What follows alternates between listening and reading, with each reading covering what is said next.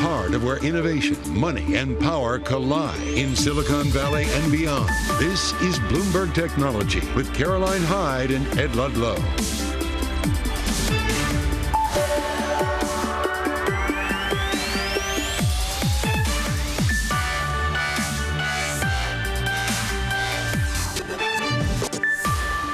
I'm Caroline Hyde at Bloomberg's World Headquarters in New York.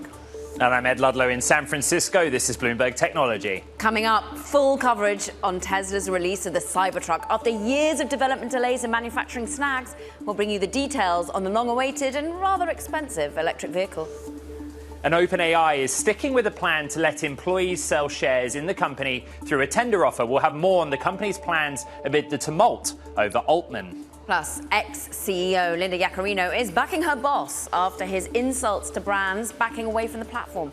We'll bring you the memo to staff and so much more throughout this hour. Let's look at what's happening in the markets because first day of the new month and we're matching to up 0.2%. Nothing to be sniffed at. Certainly nowhere near the 10% rally that we saw throughout the month of November, one of the best months that we've had in at least a year since the summer of 2022. Two-year yield, though, the fact that we've got bonds and stocks rallying at the same time. Fed Jay Powell, of course, speaking out, talking about AI in particular, how everyone's trying to fathom it, but also, of course, the leader of the Federal Reserve is also largely talking about how they're on pace potentially just to be equal balanced in terms of where the inflationary pressures are going. So everyone anticipating that we're on hold for the rest of this year and maybe we see rate cuts as soon as the second half of next year. Bloomberg dollar index therefore falls on the back of this too. We're off by 0.3%. Let's have a look at what is rallying though. And I'm looking at what's happening in the world of crypto. Up 3% on the day, 38,830 about is where we're trading, but 1 point eclipsing what has been a 19-month high. So if you have to go all the way back to summer of 2022 when you last saw these sorts of levels of 38,000, some now, Ed, calling for that $40,000 level to be eclipsed by the end of the year. But what have you got on the micro? Well, our top story, and that is Tesla finally launching the Cybertruck. Shares down 1% and off session lows. The news is the pricing, really. We get three variants of the Cybertruck, and these are the details of what it looks like. A rear-wheel drive, all-wheel drive, and then I can't believe it's called this, Cyber Beast version. And I guess that the main takeaway, if we start with the rear-wheel drive, is just the case study at the low end. The price is about 50% above what Tesla marketed it at in 2019 when they first unveiled it. I was there in Hawthorne. You'll remember on stage, the glass smash window, $60,990 before incentives, before gas savings, 250 miles of range. But here's the kicker. This low-end variant is not available until 2025. The two higher-end available next year, 2024. We've got a really fantastic guest joining us right now. Sandy Munro is the CEO of Munro & Associates, also known as the Teardown Titan. And Sandy, you have been on the ground in Austin for the last 3 days. You've been driving Cybertruck. Yeah. You've been in the factory. You've been speaking to executives. Let's start with the price points. What's the conclusion that you draw on the pricing that Tesla released? Well, I got a chance to drive the Beast, and that was the vehicle that they gave me to fool around with. It definitely, well, it's wicked fast. It's unbelievably comfortable. I would put it in with other $100,000 vehicles. Now, I don't know the other two products at all because I didn't really get a chance to test those. But the one that I had, the Cybertruck Beast, definitely is quick. That'll scare the daylights out of most people. And if you've got it, there's a video of the Cybertruck and a Porsche 911 taking off from the line and doing a quarter mile. And the Tesla wins, but it's towing another 911. It beat the 911 towing a 911. It's fast. It's extremely fast. It's very, very... Hey, Sandy. Yeah. Sandy, I called you at the top of the show, the Teardown Titan. I just want to explain to our audience, you're principally an automotive engineer, right? And you kind of rose to prominence because you take new vehicles, tear them apart right down to the individual nuts and bolts, and assess what they're made of, assess their efficiency. You have been in the factory, and I wanted to ask you, based on the design of this vehicle and what you saw down in Austin Giga, how many do you think they're going to be able to build initially this year or the remainder of this year, next year? That's kind of a tough question because there's a lot that determines whether or not you're going to be able to push out those products. A lot of it has to do with the supply chain, and there's a lot of things that kind of push you in different directions as far as launch is concerned. What I saw was running at 60 jumps per hour, and that's kind of normal. The rest of the factories that I've seen, the rest of the Tesla factories are running at 42, 43 seconds per cycle or per station. That's fast. That's really fast. So if they could keep that momentum up, in 12 months, they should be able to do easily 250. It depends on how many, how many shifts you've got and whatnot, but they should easily be able to do 250,000 a year at that rate, 250 to 500,000, depending on how many shifts. Yeah, and certainly Musk saying that 250,000 units possible by 2025. I'm interested, Sandy, in ultimately, how does this disrupt the pickup truck market at large? You keep on showing the sort of F-150, in particular, the EV competitor there, and how the price point is a lot cheaper there, even though Elon Musk himself said, look, it looked expensive at the time. How do you think it compares to the rest of the market? Well, everybody's been trying to say that they're all pickup trucks, but really and truly, there's a distinct user difference between the Rivian, the Lightning, the Cybertruck, and say something like the Hummer. They're not really tuned to attack the same market. They all can do pickup truck kind of work, but I think that the average person who's got a construction company is probably going to be going for a Lightning. The guy who wants to go to the grocery store and every once in a while pick up a 2x4, that's probably the Rivian kind of story. The Hummer, I don't know who that is. But I can tell you, for me, I'm going to be brutally frank here. I'm trying to get a hold of two of them, and one is going to be my drive. Because for me, if you're an outdoorsman, you got quads, you got hunting on your mind, hunting or fishing or whatever. This is the truck for you. This is what I'm truly looking for. I have a Lightning at the office. My wife owns a Rivian. Like I say, I don't know an awful lot about GM.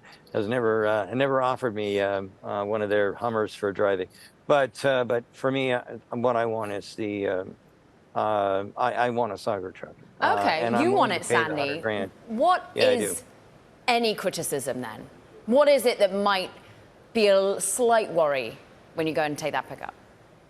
Yeah, I drove it for a few hours, and the only time that I had a problem with the thing was when I had to try and, where the heck am I? We can still hear you. Don't worry. Leave it. Okay, yeah, you're good, Sandy. Keep going. Yeah. So, anyways, the only thing that I had that was an issue was when I was going up, and I took it into a parking garage, and that scared the living lights out of me because it's a very big vehicle, and it was very difficult for me to determine where the corners of the car are. And I really didn't want to smash. I didn't want to smash Tesla's car. So I made the suggestion to the guys, and I said, hey, you know what? Really and truly, I can't see out of the I can't see where the corners are. How about you put up, utilize the cameras at the front of the vehicle, and make it so I can see where the corners are with relationship to the walls of the what do you call it, parking garage that I was going up. Right. And I said, oh, no problem, just a software thing. Well, we can probably make that as a running change. That was the only Sandy, thing that Yes. Mm-hmm. I'm sorry to interrupt you, Sandy. I want to make sure we get to this. I guess you haven't had a chance yet to do a teardown of the Cybertruck for obvious reasons. No. I guess, will you do a teardown? But also, I think the materials here are so important. This is your expertise, right? The reinforced steel, the 48-volt architecture, the wire driving, all of these things. What's your assessment of that design and material? Drive-by-wire is long. I'm going to do that one first because that is the thing, that is the biggest differentiator. Drive-by-wire, I wouldn't really want to do that unless it was 48-volt system. Going from 12 to 48 volts is huge. I mean, a gigantic advantage. The system that they've got is double and triple redundancy. So all those naysayers in Washington, the NISTA folks, even they had to kind of like nod their head and say, okay. The fact that you've got both front steering and rear steering, you got 10 degrees of rear steering, means that you can spin this thing around like a top. It's really, really, really easy to drive, especially in parking lot or tight corner type of applications. It's spectacular in that respect. Yes. The maneuverability is wonderful. The fact that I've got the ability now to have lock-to-lock at 320 degrees means that I never have to take my hands off the steering wheel. It's basically 320 degrees. You're never going in a complete circle. So that makes the steering wheel a thing of the past, and everybody's going to be going to a yoke now. Sandy, there's a specific, I'm sorry to interrupt you, Sandy, there's a specific material we have to get to. So Elon Musk is talking about how the windows, because Elon Musk is talking about how bulletproof it is. And he demoed firing a machine gun at it, and Joe Rogan with a steelhead arrow at it. Right. It makes dents, it's bulletproof. But what about the glass, right? I saw Franz do a demo of the window. It didn't smash this time. Baseball. No, but it was what a did baseball, they tell you about? Not a shot. Well, put. exactly. Yeah. I made that observation on X because last time it was a metal ball bearing. This time it was a baseball. But here's my point and my question to conclude. What did they tell you there on site that they failed to mention during the presentation? Because they didn't talk about the range extender during the presentation, and they didn't confirm if the glass is bulletproof too. Okay, so the glass being bulletproof, the glass that's in the normal vehicle, I'm pretty sure is going to be a good tempered glass. And yeah, you could throw rocks or snowballs or something like that at it. But an iron ball or a bullet, not so much. The thing is, though, you can buy glass that is bulletproof, and you can put it in. It adds an awful lot of extra weight and a huge amount of cost. Let's get back to the steel. The stainless steel that they're using is a 300 series stainless steel. For those folks that are into technology, it's austenitic, and which means that it's non-magnetic, and it's quite a bit tougher, and it won't. Everything does break down eventually, but it would be classified as a true stainless steel. The thing that makes it even more impressive or important is that when they cold form it, they move it from austenite to martensite. That probably doesn't mean anything to most people, but if you know anything about material science, a martensitic structure means that you're moving into something that's really hard. Yeah. So normal steel is not even measured on a Rockwell C scale, but the body structure, the body panels, the reason that they can contain bullets of multiple calibers and right. quite frankly, multiple velocities, the reason that it can do that is because it's martensitic. And martensite is pretty dramatic. You can't believe how tough that is. Yeah. And so that's kind of like what's happening. So the steel comes in relatively strong. Then it goes through cold forming, which basically strengthens it even more. Then it goes into one more little, like the air bending and whatnot that they do for some of those linear lines, like you're showing it right now. Yeah. You've got that line that goes straight across the vehicle. That is absolutely something that makes it a whole lot stronger. So anytime you can put a bend or a wrinkle in a piece of sheet metal, that's great. I had no idea how they were doing that, but I did get a chance to. I did have a chance to look at the assembly line. I saw the machines that are manufacturing. It's a Trump machine. It's actually, I mean, it's quite simple, a lot simpler than I thought. So yeah, it's really well engineered. And then of course, yeah, the aluminums for the castings and whatnot. Also, again, they created their own material science. It flows incredibly well. Stanley. Yeah. We're gonna have to leave it there, Sally. But I cannot tell you how much you are preaching to the right choir here in terms of the intricacies of the material science, the technology that really goes into these cars and these pickups. Sandy Munro, we thank you, CEO of Munro and Associates. Meanwhile, coming up, look, OpenAI is moving forward with its tender offer, which would give it a valuation of $86 billion. More on that next, Ed.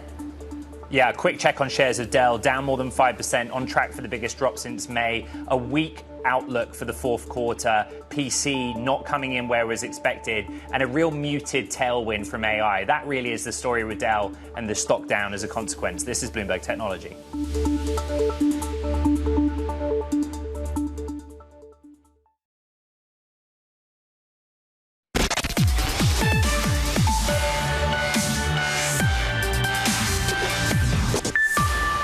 OpenAI's tender offer, it's on.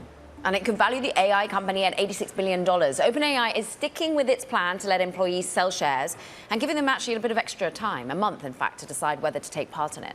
Let's bring in Bloomberg's Max Chafkin for more, because this was the ongoing question, wasn't it? After all of the turmoil, would ultimately be the demand, and clearly there is enough demand. Right, well, and during the upheaval, there was this big question of, is this company valuable anymore? Is this company even really a company? Now we've seen, reinstitution of Sam Altman and Greg Brockman, the president, this newly reconstituted board. Clearly, Microsoft is on board with this whole business. They're going to have an observer seat on the new board. And yes, and the tender offer is moving forward, which will be really great, obviously, for employees. I mean, it's going to be primarily a way for people who own shares to cash out, which is going to mean employees, but is also, of course, a sign of healthiness for the company overall. We're just showing the makeup of the new transitional board. And just to note to our audience, Larry Summers is a paid contributor to Bloomberg's Wall Street Week. For me, this story does put the spotlight on Microsoft, right? Partly because all the staff were going to defect to Microsoft had Sam Altman not come back. But the non-voting observer seat, when I posted that we'd broken that story, Max, everyone asked me, what does that even mean? And remember, Satya Nadella said surprises are bad. Well, okay. I mean, a non-voting board seat doesn't mean much. I guess in theory, what it means is what happened the last time would not happen again, in the sense that they wouldn't be as surprised as they were. So Microsoft had only a couple of minutes of notice when Sam Altman was fired the last time. So this time, one assumes they would have a little bit more notice. Beyond that, I think it's more of a signal of Microsoft's position with respect to OpenAI. They have a little bit more leverage now. So the old board included a couple of board members who I would say were not as aligned with Microsoft's interests. This new board, I'd say, is more pro-Microsoft, more in the Satya Nadella camp, and the board seat reflects that, or the board observer seat. Yeah, many people were trying to sort of say capitalism won. Well, ultimately, maybe capitalism was always winning, but we've got more of a focus perhaps on profit over safety, dare I say it. Not that that's going to be in any way perhaps completely backseat. We still got to see what the rest of the board looks like, because at the moment they've noted this is undiverse. Brett Taylor's been trying to talk about that. That needs expanding, and so too does ultimately the recovery process need to be borne out vis-a-vis the competition. Well, and here's the thing. We still don't know if there are going to be huge differences. We still have many of the same things that led to the last craziness, right? Nonprofit, ostensibly a board that's supposed to still be focused on safety, supposed to still be willing to, shut this thing down if it ever gets too out of hand. And still you have Microsoft, which has this huge interest in the company, more than $10 billion worth of money, its entire corporate strategy depending on this third party that it doesn't control. So in a lot of ways, we're back where we were before, which for Microsoft is going to be fine. They were doing well with this relationship, but there is still a lot of uncertainty. And an investigation, Ed. Yeah, and an investigation into what originally happened, led by an independent party. Check out Max Chafkin's Bloomberg Business Week story. Microsoft's lack of control over OpenAI remains a wild card. Now, coming up on the show, ouch. Tiger Global's biggest venture fund racking up an 18% paper loss at the end of September. We're going to bring you those details coming up next. This is Bloomberg Technology.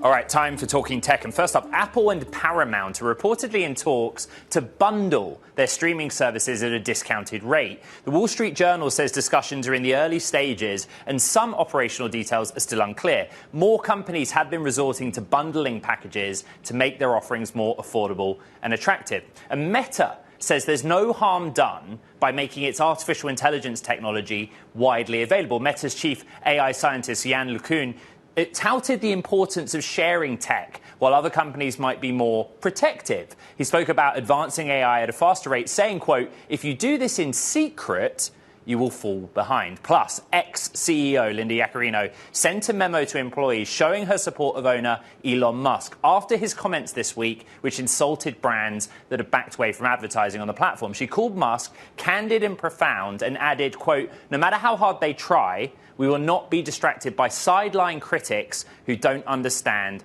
our core mission. Karen. We're going to be discussing that much more a little bit later in the show. But for now, Ed, we want to dwell on the fact that while stocks have rallied, bonds have rallied in the month of November, not all has been that pretty for some big venture bets of late. Just take Tiger Global Management's biggest venture fund.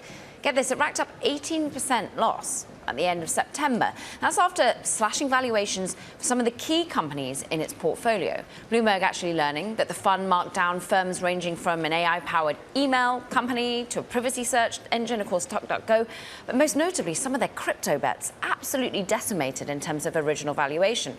Of course, Tiger Global did not comment for this story, but we do get some more context from Bloomberg News Wall Street reporter Sonali Basak. And, I mean, for me, what took my breath away was the Bored Ape Yacht Club and OpenAIs. I mean, 90% marked down from an original valuation? I mean, that kind of speaks of hubris. And you remember Bored Ape Yacht Club bought in other big investors like R.E.A. Berghoff's Liontree, and you have Philippe Lafon's Co2 coming into OpenAIs as well. There was a time that OpenAIs was an IPO darling. If you remember, they had hired the former CFO of Lyft, who then had left OpenAIs subsequently and now is working at Splunk, I believe. But remember, OpenAIs had been caught in the hairs here of the regulatory uncertainties that would surround the rest of the investment industry in crypto, but even more so because NFTs versus token listings and other types of assets were under the ire of the SEC. So yes, a severe write-down when you look at how Tiger Global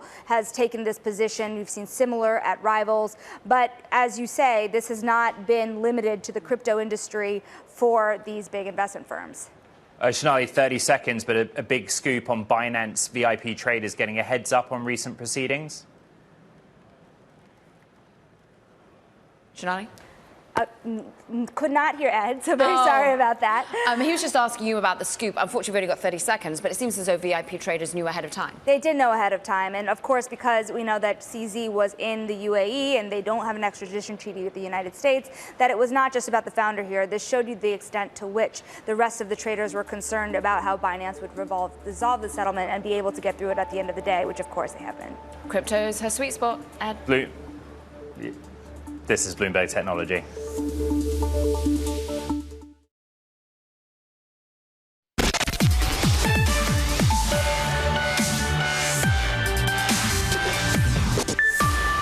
Welcome back to Bloomberg Technology. I'm Caroline Hyde in New York. And I'm Ed Ludlow in San Francisco. Look, Cara, I don't want to put a downer on things, but final day of the week, and this is what markets look like on a weekly basis. NASDAQ 100, okay, it's basically flat, actually, 0.02% on the week, but I guess we are headed potentially halfway through the trading day through a down week. There's been a bunch of Fed speak out there. Earnings are having a real impact on the trajectory of the NASDAQ 100 in the last 24, 48 hours, which, of course, is made up of some of those higher multiple software names that have reported earnings. Dell also a big impact on markets this Friday. An important piece of news that I want to bring our audience. Look at some of the EV makers, including the legacy automakers transitioning to EV. The Biden administration has set the limits for a foreign entity of concern. Basically, the rule is that if a company involved in the battery supply chain has more than 25% foreign ownership in the context of China, then any car that includes a component or a material tied to that company, an FEOC, will not be eligible for the $7,500 federal tax credit. Really important when you consider the supply chains of all of these US automakers who are sourcing not just the battery packing component, but the raw materials with some association with Chinese companies. And actually, this really dovetails into ultimately the conversations that are going on in the Middle East at the moment, because, well, world leaders have kicked off the COP28 climate summit. and it's over in the UAE, Dubai in particular, with pledges to boost investment in green solutions and calls for more decisive action to cut greenhouse gases. Let's just get the latest on the ground. Day 2 of COP28 started with an early win for developing nations. An agreement was reached for a loss and damage fund designed to help vulnerable countries deal with more extreme weather stoked by global warming. A number of leaders from King Charles to President Narendra Modi and President Da Silva and also UN Secretary General Antonio Guterres addressed the plenary, delivering an urgent message on fighting climate change. The climate challenge is not just another issue in your inbox. Protecting our climate is the world's greatest test of leadership. Other key areas we're still watching out for on the agenda are potentially an agreement to expand renewable investment and potentially a plan to phase out fossil fuels. Jennifer Zabasaja from COP28, Bloomberg News, Dubai. Bloomberg's Jennifer Zabasaja there reporting on the ground. Ed, what have you got? Well, let's stick with the COP28 Climate Summit, the discussion, and bring in a venture capitalist who's investing in that space. Joining us now is Andrew Beebe, Managing Director at Obvious Ventures. And Obvious Ventures, a VC firm that invests exclusively in startups addressing climate, health, and finances. I always ask this question. In the Middle East, there is a really important meeting of world leaders going on and business leaders. And at the other end of the chain, you're investing. How much attention do you pay to what's going on in Dubai right now? Yeah, I think all eyes are on Dubai right now, for sure. They're trying to solve the biggest challenge of our generation, climate change. And when we try to tie it together, what I'm focused on is watching how many founders are headed over this year. That's very different than in the past. We're seeing entrepreneurs from around the world deciding this is the place to be right now, and that's exciting. I moderated a panel at Techonomy Climate right at the start of the year, and we were considering a lot of these big picture items, and the panel was split on whether you go for a startup whose future is dependent on public subsidy, policy, but also government money paving the way for their future. How do you approach that? We look at those as tailwinds. We try to find companies that are going to build the future we all existed in the world. We do that in fintech, we do that in healthcare, we do it a lot in climate. But when we think about subsidies, whether it's in healthcare, whether it's in climate, those are add-ons. We don't rely on them as the sole business model. Of course, there's much hand-wringing at the moment, Andrew, about ultimately what events such as COP28 can ultimately achieve in terms of agreement and indeed policy, but then in terms of incentivizing corporate and corporate America at that. How are you seeing companies still marching towards a focus on climate change, even though perhaps the political environment has changed somewhat on it? Look, we've been doing this a long time. I was an entrepreneur in the solar space in 2002. Climate change was like a thermostat setting at that point, right? We've come a long, long way. We've seen 2 orders of magnitude cost reductions in solar and wind, and these are now the cheapest solutions out there. So not only are we seeing corporations show up looking for solutions, and I think showing up in mass in Dubai looking for solutions and asking each other, almost Davos-like, trying to find the answer, trying to solve the puzzle. But we see founders in Silicon Valley and around the world showing up with incredible ideas to help transform our global economy. Let's dig into those ideas, because you're someone who's led change at big business. I think how you were leading distributed generation over at the largest clean energy developer here in America. But when you're looking at the startups, Andrew, where is the innovation coming? What problems are we not seeing that are able to be fixed? Silicon Valley spent the last 20 years digitizing the global economy. Now we're going to decarbonize it. And I think we're sort of in early innings, even though it's been about a decade of huge growth. I think McKinsey and Goldman are talking about $1 trillion to $1.5 trillion of new investment every year just to decarbonize the energy sector. And we feel that well underway. Solar and wind are now much more cost effective than coal and natural gas in most of the world for new generation. You guys have had a lot of discussion already this morning on electric vehicles, and we're seeing that transformation really start to take hold. Those are areas that we're very excited about. I would just mention 3 things. Mobility. We love the electrification of everything. There's a lot more to do to electrify every form of transportation around the world. We're very interested in scale, finding ways that we can get past all of the bottlenecks, particularly on the electricity grid. There's a lot of startup work going on in software and hardware to blow past a lot of the bottlenecks that we're facing. And then, of course, AI. AI and climate, there's a really exciting Well, intersection. let me jump in here. We discussed a generative AI tool, or at least the underpinnings of a large language model, as an accelerant in the healthcare or biotech space. The use cases are obvious. Less obvious is how AI actually accelerates climate tech, makes it come to market quicker or otherwise. That's right. I mean, we've been early on in using AI in different fields. We were early in recursion pharmaceuticals, and they did that in the healthcare space. I think you're going to see a lot of companies show up in climate with some similar ideas. There'll be deep tech concepts, how we use AI to help, and generative AI to help us think through things like battery chemistry. But I also think there's a lot in the information sector that will be very exciting, crossing AI and all of the things like Bloomberg New Energy Finance and Bloomberg Green.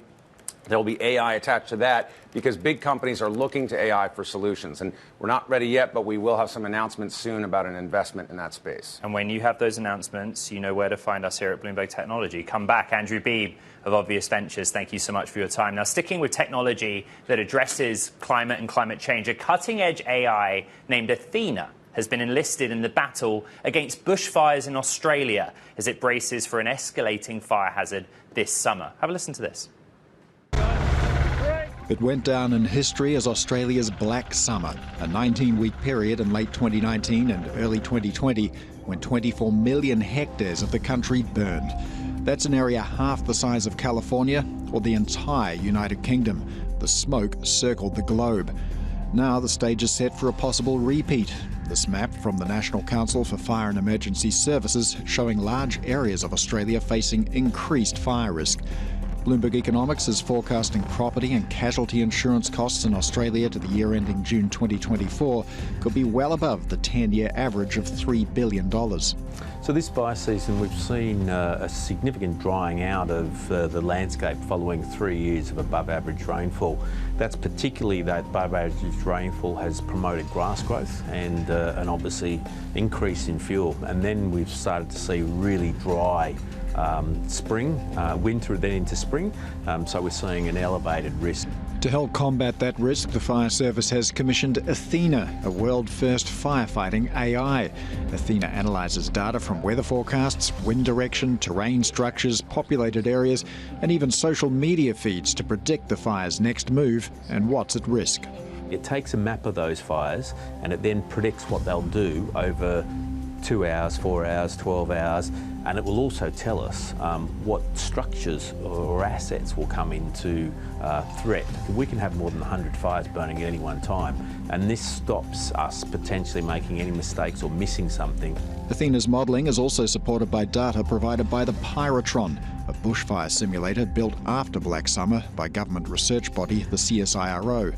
The fire service has also added Australia's largest firefighting helicopter for the coming summer, hoping history doesn't repeat, but ready in case it does. Paul Allen, Bloomberg, Sydney. Now, coming up, more on AI, but ChatGPT's version. It was made, of course, accessible to the general public a year and a day ago, and the AI craze, it hasn't phased out since. We're going to discuss all of that next. This is Bloomberg Technology.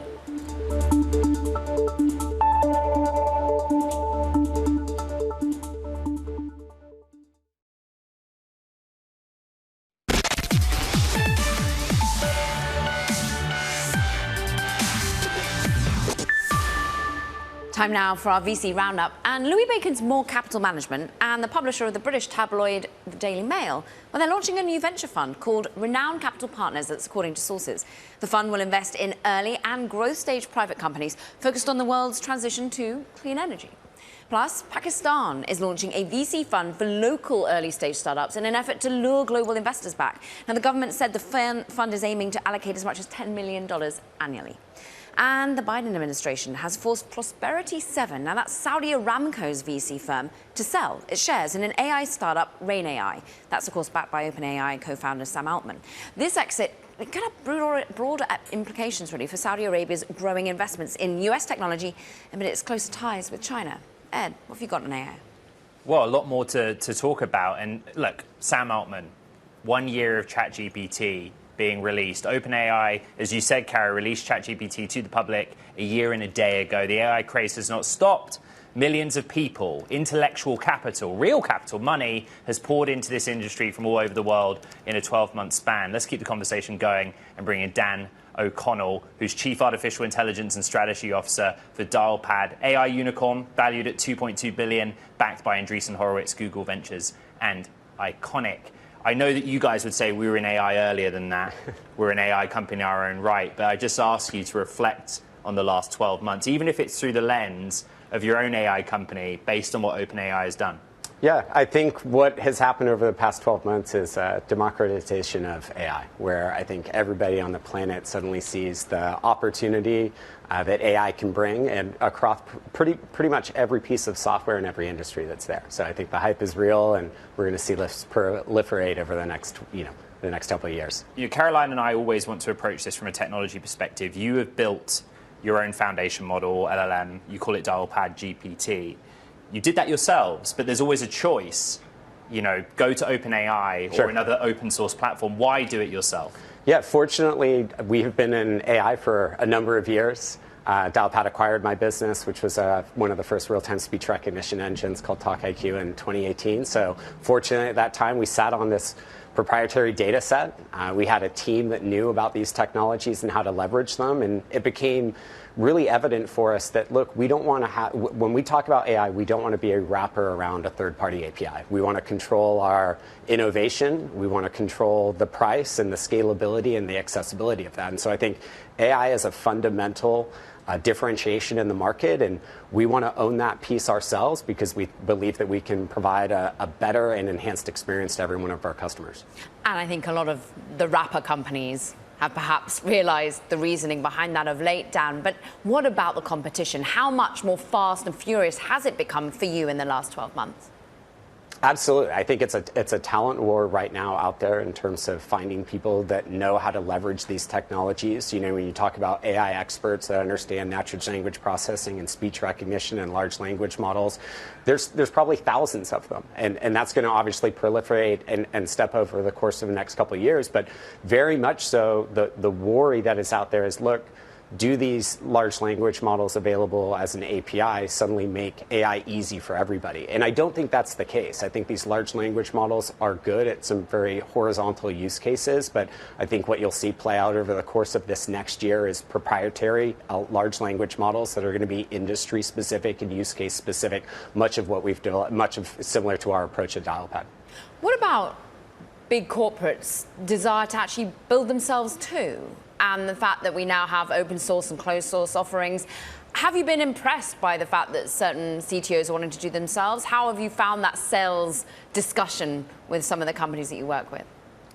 Yeah, I don't think there's a right or wrong approach at this moment in time. Fortunately for Dialpad, we had a team of experts and a proprietary data set and the know-how to do this. And I think, some startups are going to approach a foundational model today through OpenAI or Anthropic or Inflection or Google Vertex. And I think that the question is going to be whether those foundational models are going to provide use case specific or industry specific. Well, and the business as well, right? You started your career at Google 2003. Everyone that I speak to, in ad sales. Yep. Everyone I speak to at that time was like, well, we were kicking around the hacky sack and chatting about AI in a bigger picture way. Are we now going to make money from this venture? Yeah.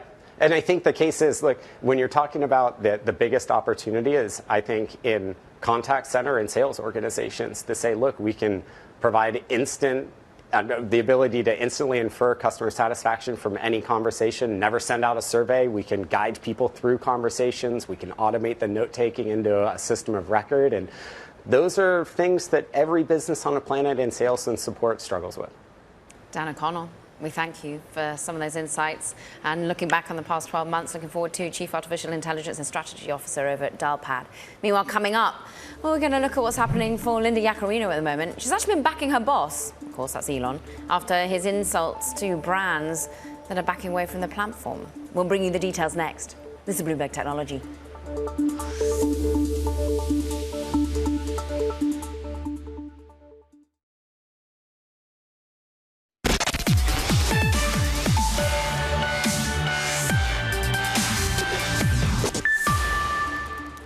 Okay, some news that crossed the Bloomberg in the last hour. Walmart says that it isn't advertising on X. That's according to a Reuters report in which they cite a spokesperson who says Walmart has found better use of other platforms to reach their customers. It comes the day after Linda Yaccarino sent a memo to staff backing Elon Musk on his expletive-laden message to advertisers. Let's bring in Bloomberg's tech editor, Sarah Fryer. Together, we reported on this memo. What are the big takeaways?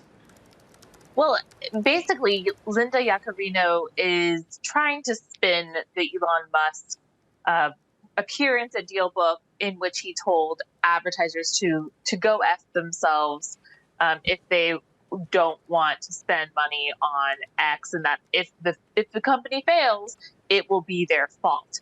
And Yaccarino speaks to staff, calling this appearance at the conference candid and profound. She said, "Our principles do not have a price tag." So essentially, she is backing Musk and saying, "Okay, yeah, advertisers, if you don't like the way we work, go spend your money somewhere else." And Walmart here is saying, "Sure, we'll do that." I mean, the thing you have to remember here is that Twitter ads are not really as effective for many businesses as ads on Meta and ads on Google, because the targeting is just not as specific. They work really well for events. They work really well for, say, if there's the Super Bowl, you have all the attention here for big brands. So for a company like Walmart, you could see some effectiveness potentially. But when you get down to that specific micro-targeting that other companies are able to do, it's kind of easy to knock Twitter out of your budget and decide to go elsewhere, which is why it's more, I guess, risky for somebody like Linda Yaccarino to come out and say, to dare them essentially to take their money away. Certainly not afraid of making her own role that much harder, it seems. Sarah Fryer, we thank you so much for breaking that down on the memo that, in fact, one Ed Ludlow had written up. Meanwhile, Ed, I mean, from concerns about X and perhaps a lot of that surrounding misinformation on the platform, we're going to talk now about some blurred lines for billions of people when they're seeking facts when it comes to AI images. They're flooding the web right now, and it's proving pretty key for Google, isn't it? Look, Bloomberg opinion writers, Palmi Olson and Elaine Hay, they've created this quiz on the Bloomberg terminal using real and AI photos to just show, like, how hard it is to distinguish the currently. I mean, look at them at the moment. Which one? Well, hold on. Let's try it out. Yeah. Float like a butterfly, sting like a bee. A is definitely the legit one. A. I'd say that one, yeah. I'd say A. Boom. Next. Oh, I mean, Maya Angelou. Haven't got a clue. Had a read at a wedding. I'm going to say B is the real one there. And one of them is AI generated. Yeah. Oh, nice. Okay. Okay, fair. This one's harder. Joan of Arc. Now, to be honest, I wasn't around at the time. As you are. Yeah, I wasn't around at the time of Joan of Arc. And they're both painting. I would go with A. Let's go with A. Okay. Are you right? Oh, look, we're cleaning up on this one. Now, okay, Napoleon Bonaparte. I'm going to go B. Sure, B. Wah, wah. We got it wrong. Okay, there's our first dud. This one, I think, is kind of hard. Obvious. I think it's obvious. Oh, I think it's okay, A. go What ahead, do you go think? ahead. I think it's B, but I would be right. But actually, that's quite a good one as to ultimately whether you think that one's AI or not. B is clearly higher definition. Let's make this the final one. It's a British one. Come on, we can do this. It's hard. B? Oh, I think that might be right, Ed. At least we got Winston Churchill right. But that actually is showing just ultimately how easy it is to fool, to make it difficult. The fact that we already got one wrong. In general, I think I went through it and got like 8 out of 10. But what's notable is some AI creative photos are becoming the most popular answer on Google now because people are being so confused by them. The piece really leads in particular with a selfie of a main image now that comes up for Tank Man. Now, of course, this is meant to be originally a very famous photo that now is an AI selfie that's on there that must be proving totally misleading. So the point is, it's a fantastic tool if you go purposely to create something. But if you see something in circulation on social media, it's about authenticating it, knowing that it's real, the story that you and I tell on this show every single week. And ultimately, it's down to a company such as Google that thinks of itself as the AI prowess to be able to tackle the AI issues that are currently being borne out for its own platform with the technology. But, I mean, that was a fun way to end what is this edition of Bloomberg Technology. Don't forget, and thank you for listening to the podcast, wherever you're getting your podcasts. From New York City and San Francisco, this is Bloomberg Technology.